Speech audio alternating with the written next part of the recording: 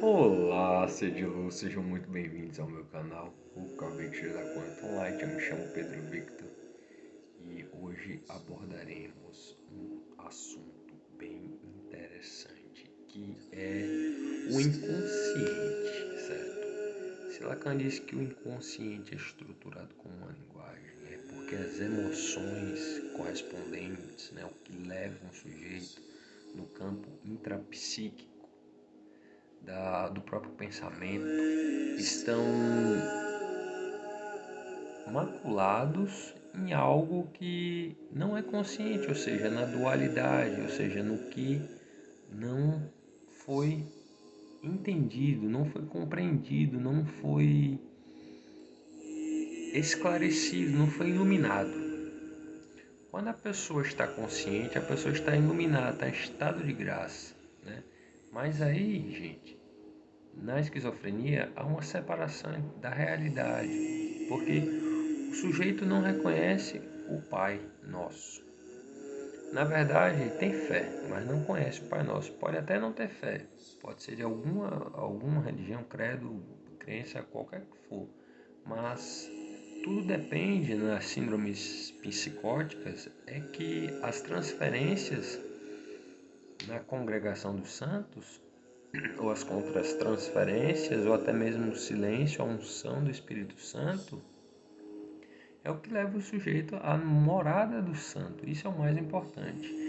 E no inconsciente, já do psicótico, a céu aberto, há uma falha nas crenças, há uma falha na falsas crenças, né? Crenças, falsas crenças, em relação à concretude do que é sólido e real e do que é aquoso, certo?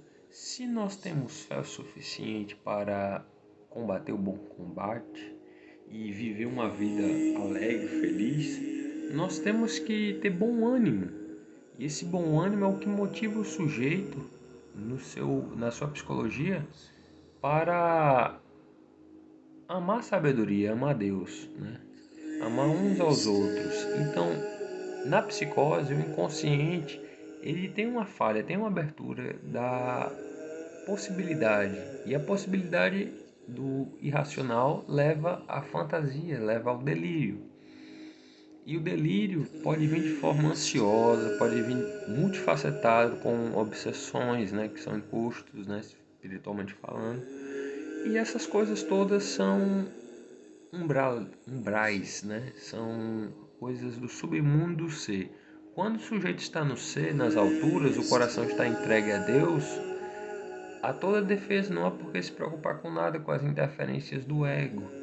O ego do sujeito pode ter alguma formação, né? Ou alguma distorção, mas é até quase que normal, porque todo mundo tem problemas no próprio ego, mas quando você se diminui o ego e se eleva a Deus, você ganha em amor, em felicidade, em obediência e principalmente em fé e consciência e sabedoria.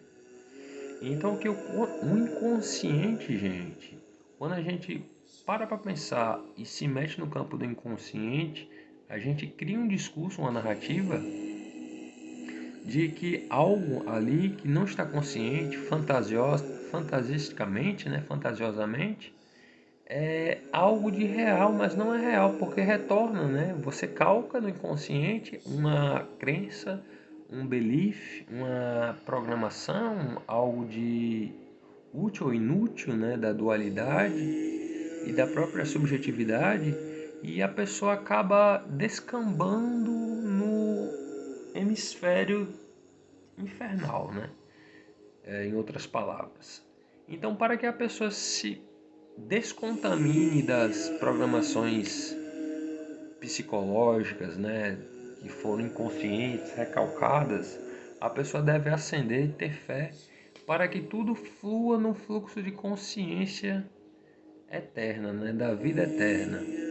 Então, quando o inconsciente está trabalhando, o algo está trabalhando no inconsciente, o seu inconsciente, que é o grande outro, que é o onipotente, né? Mas esse grande outro, o seu grande outro, na sua mônada, é a união do Criador e da criatura, todos são iguais. Então a singularidade para Lacan seria um círculo no borromeano que não se compreende, né? Não se compreende porque, primeiro, temos a individualidade e a subjetividade de cada um, a unicidade de cada um e a singularidade de cada um. Mas para Hegel, a singularidade ela é notória, ela é de fato real. Mas em Lacan diz que essa singularidade ela é algo que não se encaixa adequadamente, porque na psicose essa manifestação ela é incongruente. E essa incongruência da psicopatologia em relação às ansiedades, em relação ao próprio sujeito, porque não está unido, não está abraçando o Pai nosso, né, que é a fé humana, que é a condição humana. E por mais que a pessoa seja cada vez mais singularizada, mais confraternizada, ou mais gregária, ou mais individualizada, ou mais capitalizada, ou mais subjetiva, né? No campo do imaginário, da potência, no campo do simbólico, que é o ego, no campo das representações, que é a matéria, no campo da espiritualidade, que é a luz, que é a consciência, né? As alturas de Deus. Então, quando a gente está com o inconsciente tranquilo, programado, né? E revirado para a consciência, né? Voltado para a consciência de si é a razão de si, é a razão do absoluto, a totalidade. Então não existem fantasias, não existe fantasia do inconsciente, né? A possibilidade da fantasia criar ali um sintoma, e esse sintoma vai levar a um drive, né? O drive leva o sintoma e o sintoma leva à morte. A falta de juízo, lógico, né? O medo, as angústias, as emoções triviais das fases humanas, né? Porque as fases humanas, gente, são ciclos de filosofia para filosofia, doutrina para doutrina, de conceito para conceito, de missão de vida para missão de vida. Isso tudo está na singularidade, que é o quarto nó borromeano, que não se encaixa na trindade, porque a trindade ela é santa. E a trindade do Espírito Santo, gente, é justamente, lá na teoria lacaniana, o RSI, né? Real, simbólico e imaginário. O real é o super-eu, ele é o amor, e o amor é o que nos defende, é o que nos guarda, é o que nos assegura, é o que nos dá liberdade, é o que nos confraterniza, vivendo socialmente, democraticamente, não importa a sua filosofia política. O que importa é que você tenha algo dentro de si que te motive e que te dê capacidade para vencer na vida, para ter sucesso, mas sabendo realisticamente, tendo um senso crítico de que você vai conseguir superar as questões dúbias, as questões diabólicas. Por exemplo, se você resistir ao diabo, né, como diz a Bíblia, o diabo fugirá de vós, ou seja, a dúvida fugirá de vós, a ilusão fugirá de vós, os feitiços fugirão de vós. Essas coisas todas que se passam entre aura, expansão de consciência, mentalidade, inconsciente coletivo, né, o Jungiano, não tem nada a ver com a abertura do inconsciente de todos, para que todos saibam que a subjetividade está clara aos olhos do Senhor. A subjetividade de cada um, o passado, presente, futuro, tudo. Mas tudo pertence a Deus. E na unidade de Deus, quando a pessoa vai caminhando no caminho da santidade, nessa travessia, e lá no real, a fantasia, ela, na demanda da fantasia e a reprogramação do significante, quando converte para o positivo, quanto mais rápido possível, essa alquimia transmutação dos significantes, do que vem do ego, da fantasia, aí passa pelo discurso, associação livre e vai na voz. Na voz, no ego, tudo isso são sintomas que a gente dá graças a Deus porque está em graça, está em fé, está no gozo. Aí o gozo, gente, é essa inabalável questão de felicidade, de alegria, né? De bons sentimentos, bom ânimo, né? Bons sentimentos, bom ânimo, seguranças e confianças, integridade, autenticidade, racionalidade categórica, né? Racionalidade limitada também, porque a gente deve saber que pense maior do que na sua própria caverna.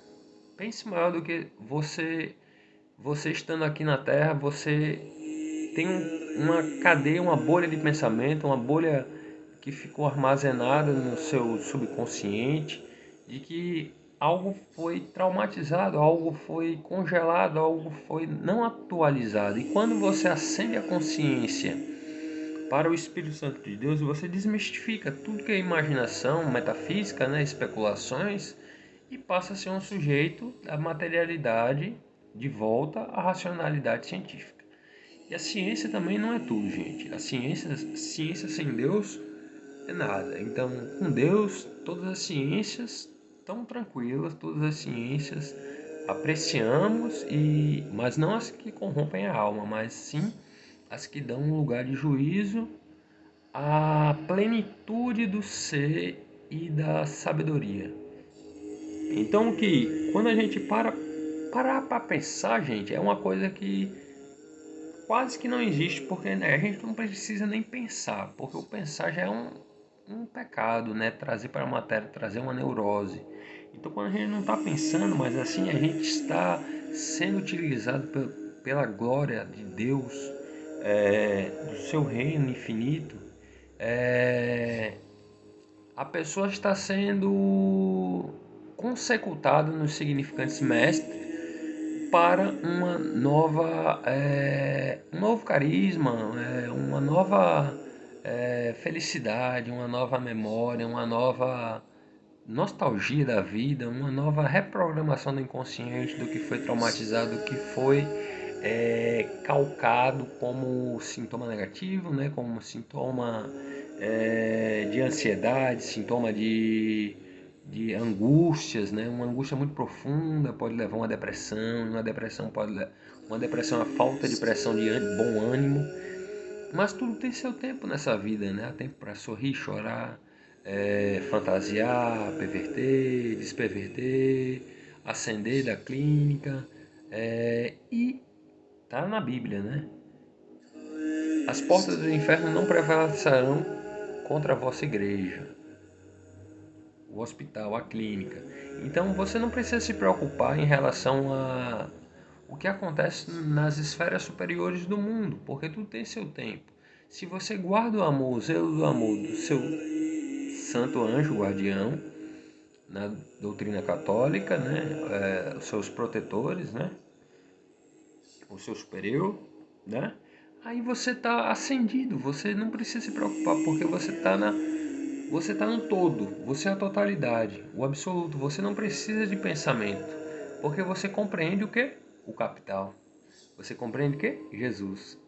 Você compreende o que? Tudo, todos nós, uno, né? O uno, a unicidade, mesmo com as diferenças, mesmo com a lógica do sentido, a lógica da cosmovisão, a lógica da felicidade mesma, a lógica das questões egóicas, egoístas ou de feitiços ou de perversões, né, que amarram o objeto pequeno outro, né, o pequeno outro, que é a interpretação, o trabalho do ôntico para o ontológico, né? E esses dois O ontológicos é o O grande outro e o pequeno outro, que é o discurso do mestre, o discurso do significante, no qual o inconsciente dá o recado para a significação mestra do discurso da produtividade, que é o sujeito barrado pela espada do Espírito Santo, a espada de Deus, que é o capitalismo, o discurso do capitalista. Então o capitalista tem um discurso bem forte, que é essa questão de vencer os obstáculos, se capitalizar, se educar, ser uma pessoa que aprende com a vida, ser uma pessoa que está na academia da vida, que é uma pessoa que está na academia da vida para parar de julgar, parar de subjugar, parar de fazer coisas que não agradam a Deus e parar com tudo e simplesmente respirar o ar livre e viver a vida. Porque se a gente não viver a vida, a gente vai ficar o quê? Traumatizado numa depressão, numa angústia profunda.